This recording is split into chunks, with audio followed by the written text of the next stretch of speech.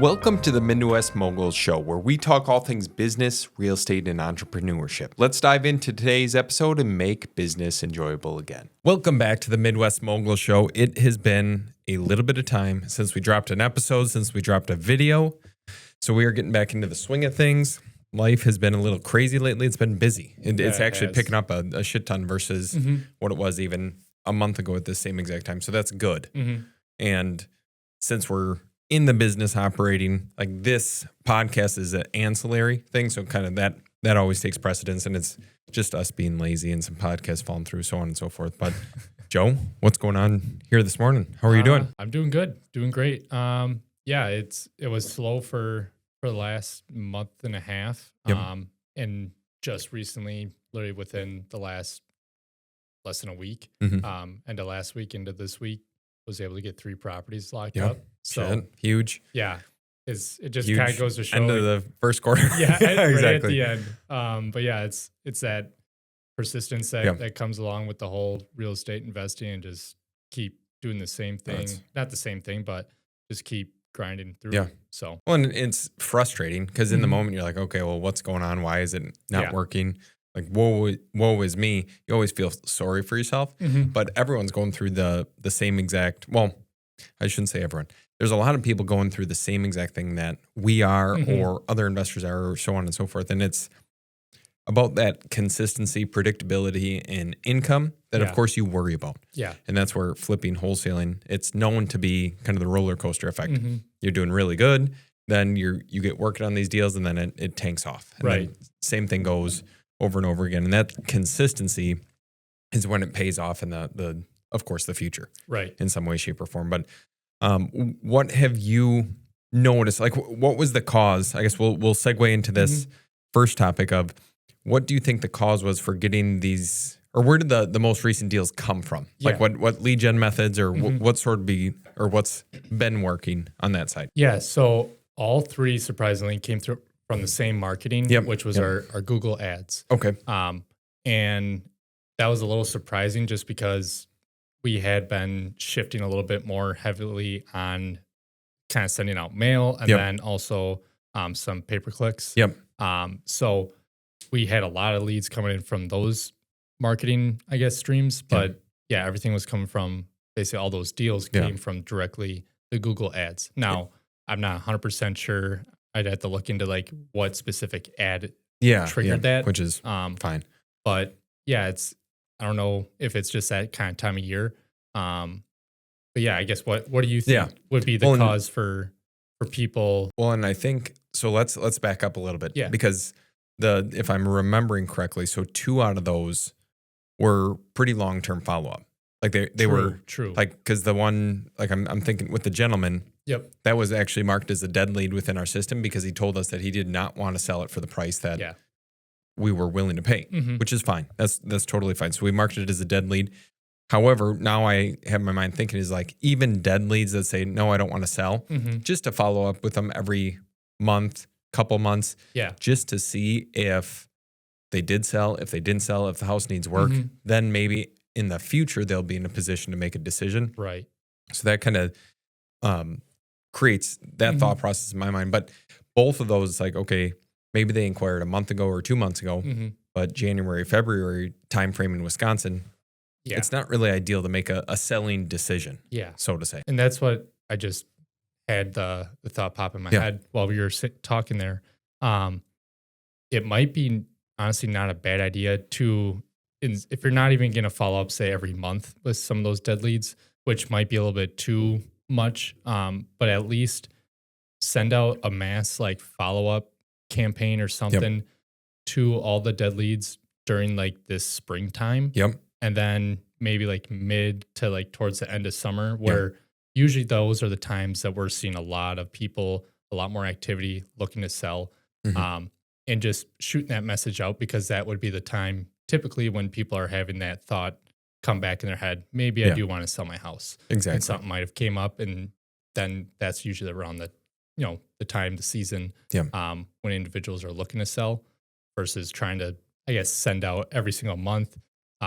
It can be taxing too if you don't have it automated. Obviously, if you have it automated, then it's a lot easier. Yeah, and it's it's a follow-up game. Like that's where it's like, okay, if we would have given up on any of those leads, even some of the leads that I've gotten recently, you're like they fall through the cracks. And if you don't have the systems or processes to follow up with those people consistently, then it's like, well, what are you doing? Are you leaving tens of thousands, hundreds of thousands of dollars on the table, or what is that sort of scenario? And that's why it's so important to have a system that you use. Like we specifically have switched over to Resimply in our business. I think it's phenomenal. Probably the best one that I've ever seen or ever used.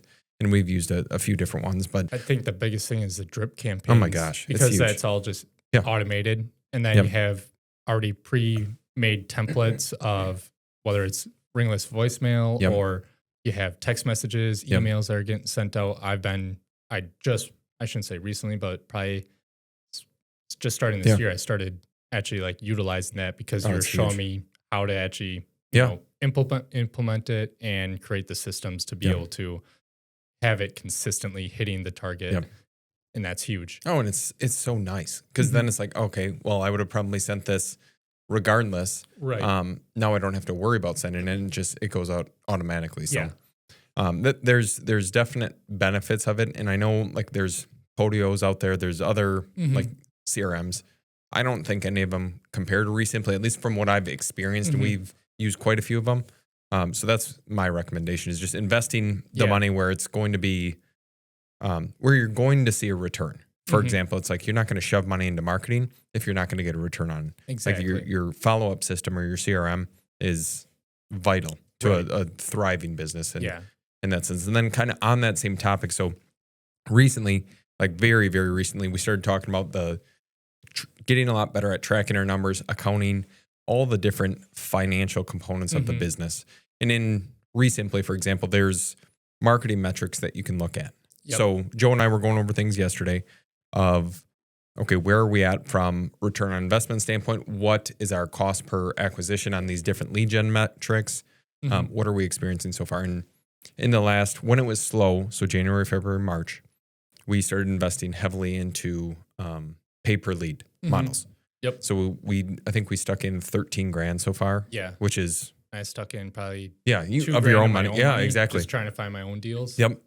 And with that, we've gotten one deal, which it's a really good deal. I'm not going to disclose a whole lot of information on it right now until we actually close on it. That's smart. But with that, like one deal for 13,000, or we'll say 15,000 in marketing spend, is not the greatest return on investment. No, like that's very poor. And I know, like what I've experienced, at least on my side, and then I'll get your insights, is a lot of these leads, they don't seem, and I don't know what the ad copy looks like or anything like that because they don't share it with you, but they don't seem to have a whole lot of motivation to sell as is for cash in a very quick fashion.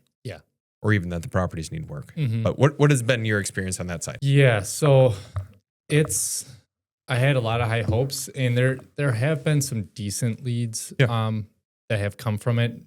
But when it comes to actually locking up deals, that's where it's night and day difference. The biggest thing I would say is the fact that a lot of these homeowners are just, filling out these forms, you're getting these leads, and then they're basically just want to see what type of offer they can get for it, what their house is valued at. And their motivation to sell is pretty low. Timelines are usually, instead of, need to sell fast in a month to 3 months, they're, 6 months to almost a year, end of the year type of thing. So they're just not motivated leads. I don't know how to really put it any other way. And I know like some people might say it's like, oh, well, it just like you have to uncover the motivation. And maybe you do to a certain extent. I would think that both you and I are pretty decent at uncovering that motivation. So I look at that side of things. And it's like, well, if they're not even to the point of like wanting to schedule an appointment on their side to have us come out and provide them an offer, like that's what our process looks like. They're just, a lot of these people are like, I walk them through kind of what it looks like. It's like, hey, we're looking for properties that probably need repairs. If they don't need to be repairs, we can't offer market value just because it doesn't make sense for us. We can't make a profit margin. That's why we're in this business. And when we explain all those things to them, it's like, no, yeah, this wouldn't be a good fit for me. Then I'll list it. It's like, okay, that makes sense. I definitely get going that route. But then what I think about in my mind is like, what are they seeing on the front side for the advertisement that makes them seem like, hey, you're going to get full market value for your place? Have you seen their ads? Not like I see some basic ones out there, but I don't know like what these people are converting off. Yeah. Because like I've seen just recently, I've started seeing like TikTok ads that are just like, it almost makes it look like a Zillow kind of commercial where, you know, it's a easy, which I thought it was a very good ad. It got my attention, but it almost looks like, okay, yeah, you can sell your house in any condition. You can move on your own timeline, which that's how we buy our properties. But it never says anything about price, like that affecting the price and the value of the house. So that's, I think, one thing maybe people are having the assumption that, oh, I can sell my house as is and basically be able to get pretty close to top market value. Full market value. Without any of the hassle and not have to pay for that convenience factor of being able to sell it as is and not go through the realtor route. So I just feel like maybe the marketing itself is just coming off almost like they don't have to. Correct. There doesn't have to be any sort of, I guess, give and take when it comes to selling it as is. And it might be a little bit more of a misleading type of thing. But yeah, it just seems like a lot of the individuals I've been talking to, they just aren't like, they're not able to either sell it because they owe too much on the house, or they're at the point where they're like, well, the house is in great condition. I've done all these rehabs, like done all the updates. And I want pretty much maybe 10,000 less than what the market value is. It's like, well, that doesn't make sense. It doesn't make sense for us. Yeah, we can't make money. It makes sense if you're buying it for your personal home. Maybe that's a better way to look at it. But for what we're trying to do, getting deep discounts, we haven't seen the leads come in. I guess what it makes me think about when you were talking, I'm like, okay, so if I was a business or if I was in that line of business, generating mass amounts of leads to then sell off to real estate investors. Yeah, it's like what is going to get you the most amount of leads? Yes, what gives you the biggest pool? Advertising that is very broad and non-specific, or stuff that's niche. It's like, hey, if you have a fixer-upper property or something that is extremely distressed, needs a ton of remodeling, so on and so forth. Like the first option is always going to give you the most. It's like, hey, sell your 1970s or newer property to us. We'll buy it for cash. It's like, well, shit, that affects 50, 60% of the population versus the other one. And that's where I'm like, okay, that would make sense. And I understand where they're coming from as a business side of things. Of course, some of those are going to be extremely motivated to sell. They want a cash price. They're willing to take a deep discount. But I don't think that's the majority of them, unless we've just had a bad experience so far. And maybe we have. I don't really know. But I think maybe one thing, like a little bit of a learning lesson, is maybe next time if we decide to kind of keep going with it or switch maybe to a different company, the biggest thing I would suggest people to ask is ask the company to send you their advertisement and what they're actually posting to see what that actually looks like. That's to get smart. An idea, that's very smart. Yeah. On like, okay, is this actually targeting the type of, basically sellers that we're looking for?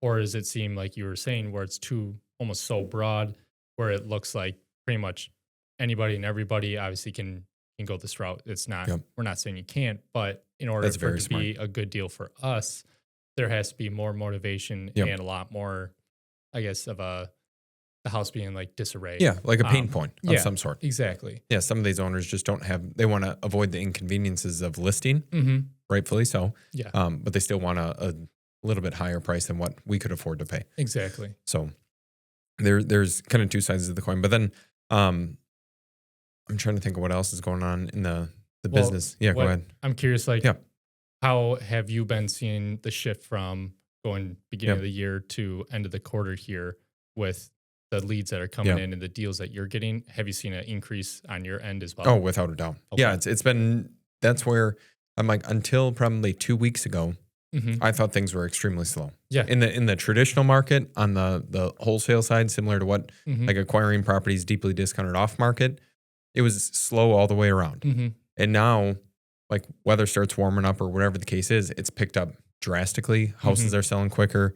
You're getting more offers on properties. You're getting more showings on properties. It's like, okay, well, this is not something that I've been used to for the last 3 months. Mm-hmm. So I'm still really excited to see where the marketplace continues forward. I think we're going to have a really strong spring, summertime, I do too. everything like that. I don't have any hesitancies, but then in the back of my mind, it's like, okay, well, just be a little bit more conservative when it comes into the winter months. Yep. Because we have some properties that we acquired later last year that just, they're not very profitable, if profitable at all. And I'm like, okay, this kind of sucks. Do you think it's because remodeling, remodeling phase took a lot longer throughout the whole winter, or like there's just issues that I think there's just, it's a perfect storm of issues with freezing, with the market slowing down and then values not being as strong as what they were. And that's where I'm like, we kind of got hit by a catalyst of multiple different things at one time. And then I'm like, okay, this kind of,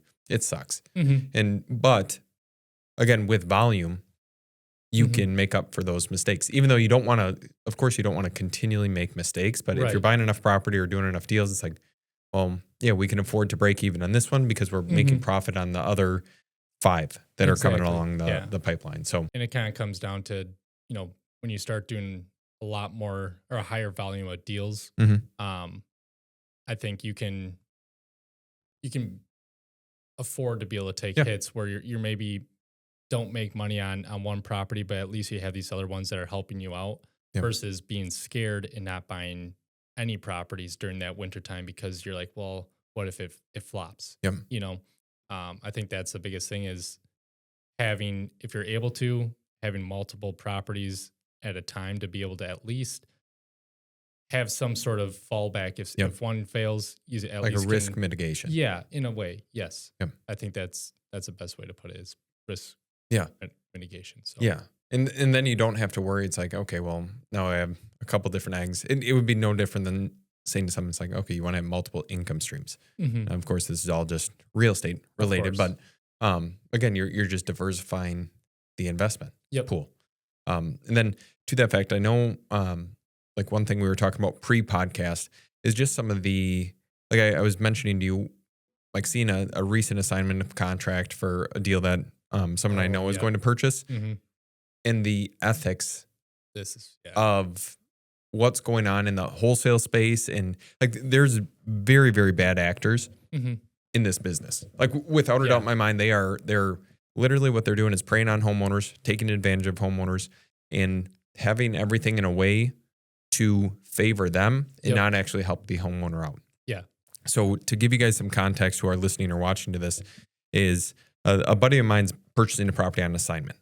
So he had agreed to a price with the investor, the person who initially put it under contract. Okay. So the agreement was made, we'll just say yesterday, just for, and I think it was. But then the buyer who initially put it under contract hadn't responded to him. And he's like, okay, well, this is kind of strange. Like we verbally agreed. I haven't seen the assignment yet. Like what's going on? So that initial contract they were set to make, we're just going to say, just to keep this very vague, we'll say $25,000, and it could have been more. It was more than that, but we'll say $25,000. I think it was like 30 or something. Yeah. So they were going to make $30,000 the way things were right now. Then what they did yesterday is they went back to the owner and they did a price drop of another $20,000. And yeah, they're making a $50,000 rip on an assignment. That's insane. Great, like so be it. But the ethics behind that are so ridiculous. Like it's so wrong to do that to homeowners who you probably initially had the conversation of like, hey, I want to buy this property as is or something along those lines. Because what did he do to the contract? Well, within the contract, and this is something that we're creating marketing around, and I'll touch on that later in this episode, but in the contract, in the additional provisions or like a section where you can write in stuff. Correct. He had in there, okay, buyer, like contingent upon partner approval, something along those lines. There's an inspection contingency. There's a financing contingency. There's all these different things in his initial contract. It didn't state that he was buying it as is. So it gave him the ability to go back to the owner and then beat them down even further on price. And by going down 20% or 20,000, Yeah. he basically then probably said, I'll wipe all this clean. Correct. Yep. He said, "Oh, I'll buy it as is now, but I need a $20,000 reduction." Wow. It's like that. Just like he was set to make $30,000. Like depending upon where you're at in the country. Yeah, no shit. And so now you're creating this probably some sort of animosity from the owner. It's like, this guy just renegotiated $20,000 off the purchase price. Yeah. Like I thought we had a solid contract in place, whatever the case is. And then the person, I don't know this individual. We've never worked with him. I'm speaking from a third party. Of course, yeah. After reading things, going over things. When that happens, you're creating this, whether it's bad karma or whatever you believe in, but you're putting that out there into the universe, and eventually it's going to come back to bite you. And where I have the issue is he was set to make $30,000, so like you were going to be profitable in option number one. Now you took advantage of a seller just to become more profitable. Yep. That's when things go disarray for me. That's a huge no-no. Yeah. Just because it gives a lot of us investors a huge bad rep. Oh, very true. And I also look at it in like a business standpoint with relationships. That guy will never buy a property from him again. Correct. So he just burned on the very first deal, trying to like wholesaling to him, burned a bridge. Yep. How many bridges do you think he's been burning? Well, no shit. Doing this. I mean, I can't imagine that every investor that he's worked, or probably every investor, he's probably done something similar. And if that were to happen to us, we would never work with them again. No. And then word gets around. Yes. And it's like the industry is so small. Like people don't think it's like, oh, well, it's the entire state of Wisconsin I can operate in. It's like, well, there's really not that many huge investment companies or buyers throughout the entire state. There might be some one-off people, so on and so forth. And this is no one locally, just to make anyone who's watching this or listening to this, we're not referring to anyone locally right now. But with this, you're burning so many bridges with homeowners, with end buyers, with everyone in between. It's like, yeah, you might have a title company or a real estate attorney on your side or a real estate agent, but there's so many other people involved with this transaction and so many mouths that will need to be fed, that by you doing this, it is like you're just building up so much bad karma in the future that you're probably going to realize at some point. Yeah. And then they're going to be like, oh, well, why am I out of business in 3 years from now? It's like, well, you never had a good business practice to begin with. Yeah. It was all built on lies and deception and all these other things, which is, in my mind, that it's so wrong to do. But again, there's people doing it. Yeah. And they're making money doing it. They're making money, and it's just morally wrong, and it puts a bad stigma on all of us, which sucks, because then we're staying here trying to fight that, I guess, skepticism that we get a lot with sellers, because they have heard of these stories, because it gets around word of mouth when someone sells a house and they had a bad experience. They're telling all their friends, family, and it sucks, because there's really not much that we can do other than try and, I guess, repair the damage that's already been done, and reassure these sellers, that we're not like this. Easier said than done. Way easier said than done. And I'd be curious, like, if you guys, I guess, want to leave like comment, or I guess comment like a story or something that you've heard or either heard of or experienced of some sort of bad, I guess, investment, I guess, bad investor, when it comes to whether they just they're basically screwing over sellers or buyers or whatever the case it is. may be. Yeah. Cause I guarantee there's a lot of people that have heard some bad stuff, and it sucks, cause it's pretty well known in our industry. And that's where I'm like people are always so worried about regulation in the wholesale space. It's like when you hear stories like that, they are not helping the business at all. No. Like I don't care what anyone says. Yeah, the barrier to entry is low, everything like that. But I don't think people like that should be allowed in this business. And if it was a real estate agent who was doing that, you can report them to the Realtors Association. Okay. And by doing that, you get them out of the business. Like it's a deceptive business practice. They're frauding people out of money in some way, shape, or form. It's like you're taking advantage of situations that you need to be held to a higher standard of ethics. Yeah. In my personal opinion. And that's where, like, kind of transitioning this conversation a little bit. Yep. A lot of our marketing now, because we've had multiple recent scenarios of, hey, let's make an offer on a property. We're going to buy it, or we're making a competitive offer given the condition. Yep. And then I had a situation that we offered like $58,000, and the place was a disaster zone. Yeah. It needed everything. There was poop everywhere. It was a disaster zone. Maybe I'll throw some photos up in this podcast, but with that, the owner called me like a few days later. It's like, hey, I just got an offer from another company. They're at $75,000. And I'm like, 75,000. Damn. Like $17,000 higher than where we were at. That's a big jump. It's a huge jump. I'm like, okay. I said, and then I asked her, I'm like, oh, I said, not a problem. I said, we can't be competitive with that. Yeah. I said, it just doesn't work out for us. I totally understand if you want to go that route. I hold no animosity towards you. I would do the same if I was guaranteed that price. Yeah. And I said to her, I'm like, I'm just curious, is it contingent upon like finding a partner at all? And she's like, yeah, they need to partner with someone in order to buy it. I'm like, oh, okay. I said, not a problem. So what I'll do, and I won't even include names.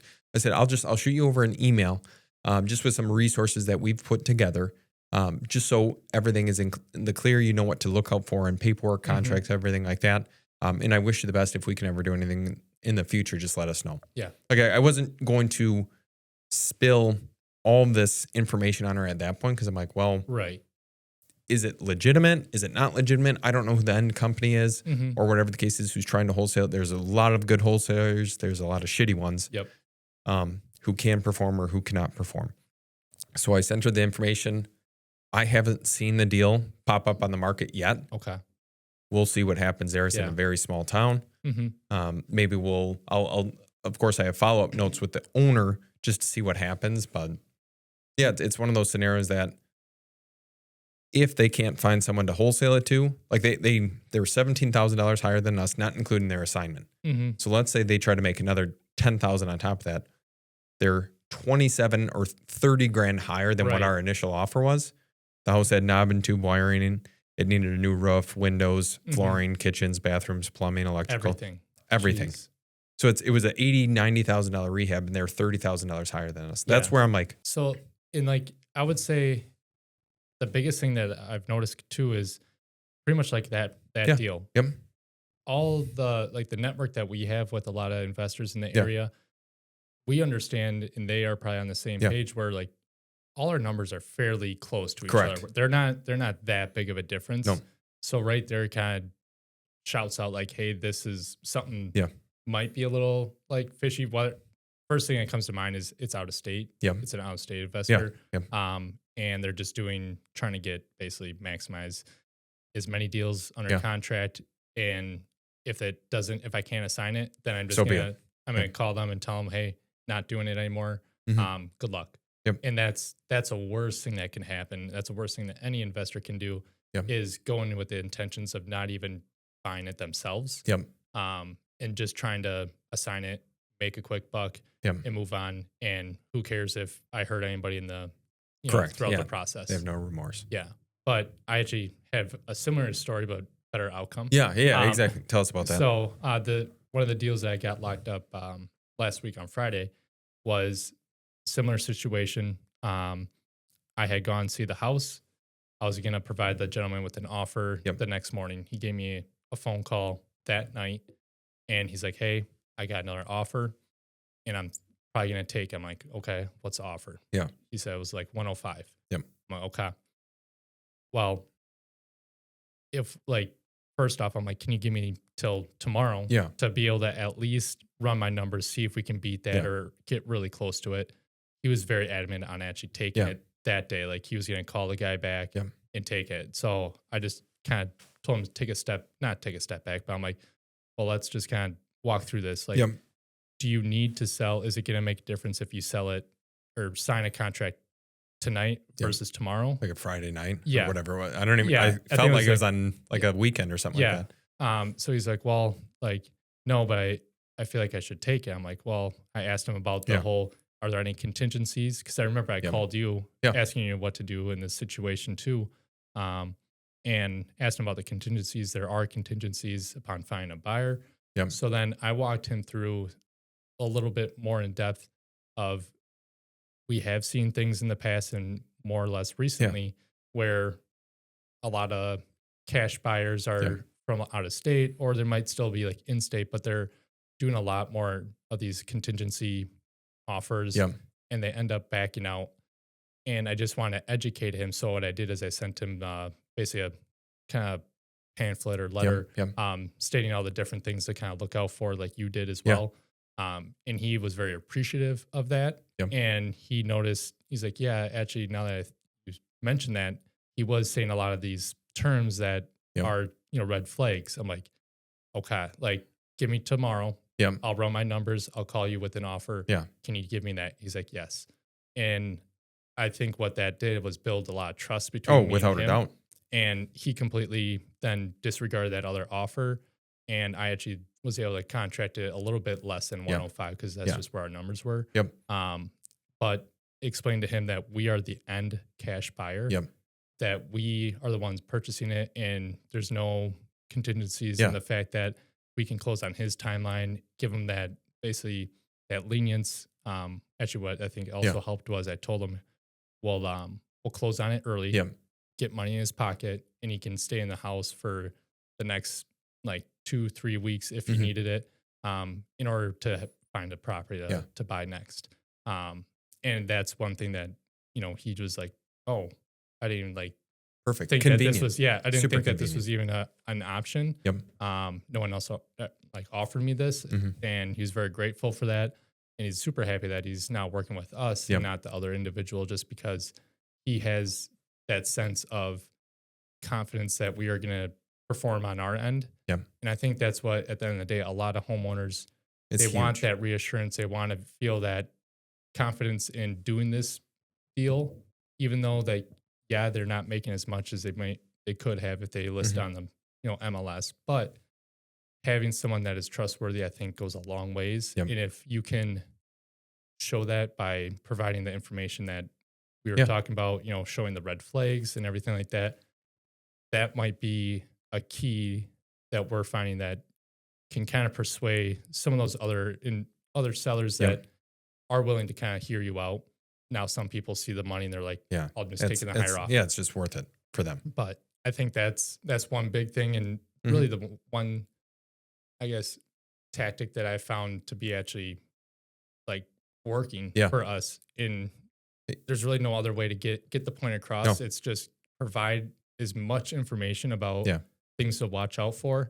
And then you just have to let the homeowner kind of make that decision. Obviously, you can push them a little bit in the sense of like, if you seriously think like this is a bad decision for them, try and, persuade them otherwise. Persuade them in a way, but, at the end of the day, people are going to make their own decisions. You can't force anybody to go one way or the other. It's just, you can show your true colors and show that you're trustworthy, and put your money where your mouth is. And then that's, and we'll wrap here shortly, but on that topic, it's like, okay, you're building trust through telling them the truth. Yes. Ultimately, it's the truth. Now, on ours, do we still assign properties? Of course we do. But if we cannot assign them, we're not backing out on the offer to purchase. We're contracting every single place as if we're buying it ourselves. And if we cannot find someone to buy it from us or buy the contract from us, we're closing on it. Simple as that. There's people out there who do not do that, who have every single out in their paperwork. That's what we want to warn homeowners against. And by specifically talking to that point, hey, you're just building, in their eyes, it's like, well, Joe told me all these different things to watch out for. Now I'm seeing that when this person's presenting me with an offer, it's like, hey, we warned you about the clause regarding I have 14 or 30 days or whatever to find a suitable partner. We talked about that already. Hey, there's a due diligence period. What does that even mean? It's like, oh, well, yeah, they want to do inspections. They want to do testing. They want to renegotiate price, whatever the case is.